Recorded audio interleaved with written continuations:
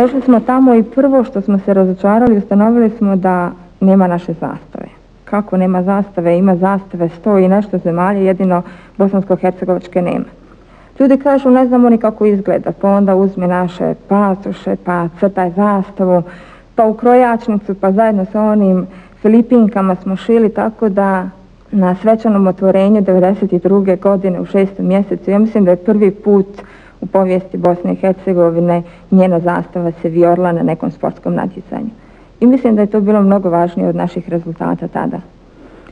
A 1992. godine u 11. mjesecu smo nastupili u Debrecinu na europskom šampionatu. Tuko smo razmišljali, nas 3 djevojke smo igrale, Dijana Gaša Dengler, Mara Đeno i ja. Razmišljali smo da li da uopće idemo, kako da se finansiramo. Opet su bili oni svi stari problemi. Ne možete ni tražiti nekom novac u ostalom kada ljudi tamo nemaju da jedu, vi se tražite da igrate na nekom natjecanju. I mi smo odlučili, pošto su organizatori plaćali hotele, da jednostavno na naš trošak odemo tamo.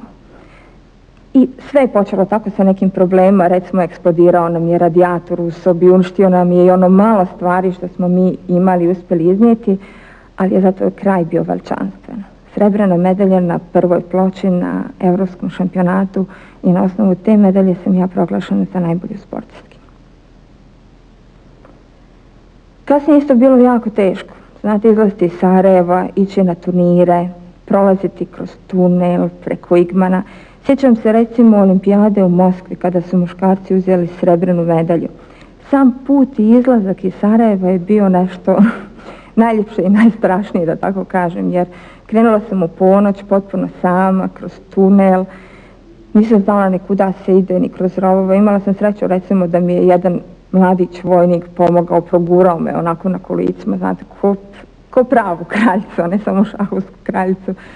Onda preko Igmana -20 stepeni, morate jedan dio da pješačete, pa potom stopirate kasniji put.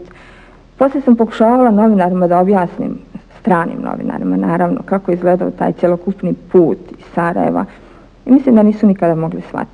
Ja sam tu priču mnogo ponavljala, ja sam pokušavala da dočaram tunel i one šine i male vagone. A onda bi novinari meni rekli, pa vi ste izašli iz Sarajeva metro. I tako je to bilo, znate, za vrijeme rata, teški uvjeti pripreme, nemate struje.